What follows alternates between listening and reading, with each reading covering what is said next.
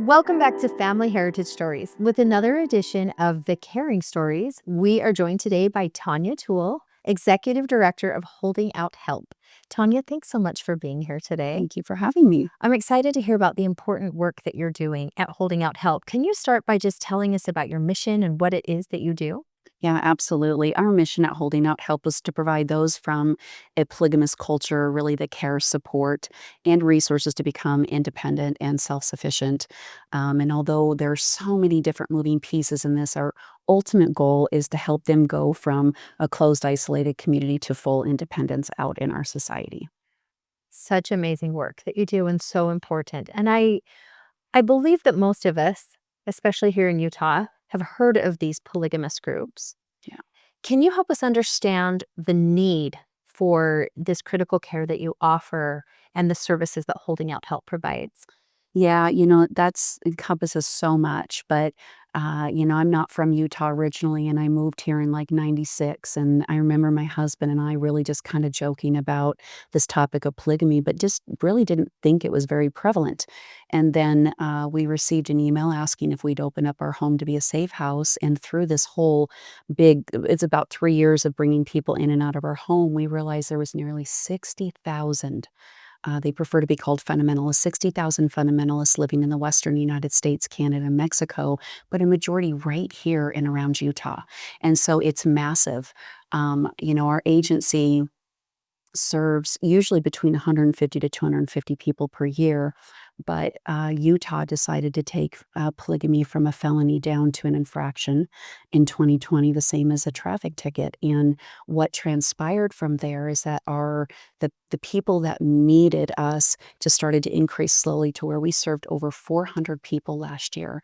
And so the need is huge, huge, huge. Wow, that really punctuates the prevalence of these groups in today's society. This isn't just a historical concern. This is prevalent today. What are some of the ages of the people that you serve? Gosh, we have whole families sometimes that come out. The biggest group was 4 children, the youngest was only 5 years old. The average is usually, if we're having kids that are coming out, is between the age of about 14 and 18. Right now, we're just seeing a lot of young adults that, might have a child or 2 that just need to get on their feet, and they've chosen to walk away from their polygamous groups, and then we do have whole families as well.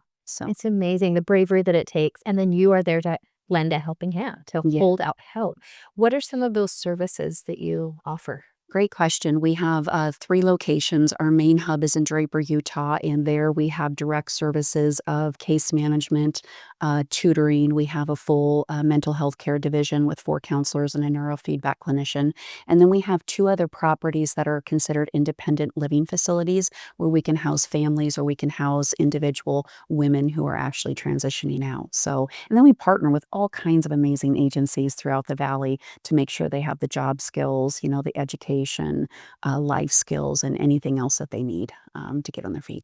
It's amazing. You really offer the full gamut of wraparound services, not just removing from these tricky situations, but then reintegrating into society or integrating for the first time many of these young adults and children, like you said. Yeah, and I think people need to understand that when you're coming from a closed, isolated environment and you're dumped in our competitive environment, even making the most basic decision can paralyze you. And so it's so important that they have an advocate, a case manager that's walking alongside through every step needed to be able to get them self sufficient. So they need to have a friend, and they lose everybody when they leave. So it's very Yeah. difficult for them. A friend, an advocate, a champion. You guys, you really offer it all.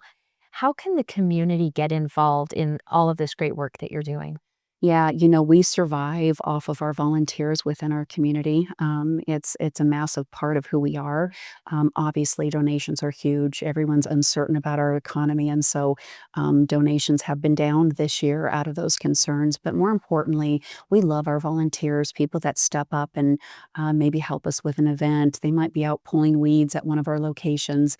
If they have specialty skills, something that we're always looking for is legal assistance. So, is people that can help us with family law per se. We're always looking for dentists, orthodontists. I mean, just anything that you can imagine, we really do need. And so, if you're out there and you think that you might have something to offer, please call and check with us because most likely we'll need you.